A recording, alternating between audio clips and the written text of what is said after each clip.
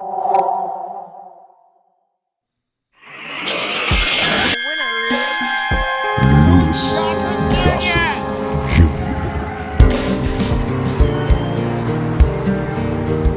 was only 17 when he did his first play. The name of the play was Take a Giant Step. Well, that's pretty much what Louis Gossett Jr. did, being a young black kid from the streets of Brooklyn, New York. With a bundle of talent, it wasn't long before this kid would grab the hearts and minds of all. Starring opposite Sidney Poitier and Ruby Dee in both the Broadway and film version of Raisin in the Sun was the first time I noticed him. I was a kid from the streets of New York too, just like him.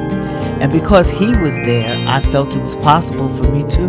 Louis did hundreds of shows on television, from Bonanza to Good Times. And who could ever forget his masterful performance in Roots? But it was on the motion picture screen that he really soared. His Oscar-winning performance in Officer and a Gentleman was just unforgettable. When Louis held up that statue, all of Black America beamed with pride. With a string of hits to follow, Gossett Jr. would continue to represent blacks with dignity. I had the honor of directing him in Zora Is My Name and Run for the Dream, the Gail Davis story. He was gracious and kind to everyone around him. Gossett's talent, charisma, and dedication left an indelible mark on Hollywood. He broke barriers for African American actors and inspired generations.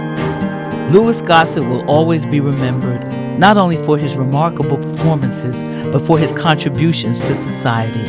He personally helped build my career, and I'm sure thousands and thousands of others, and we're all forever grateful.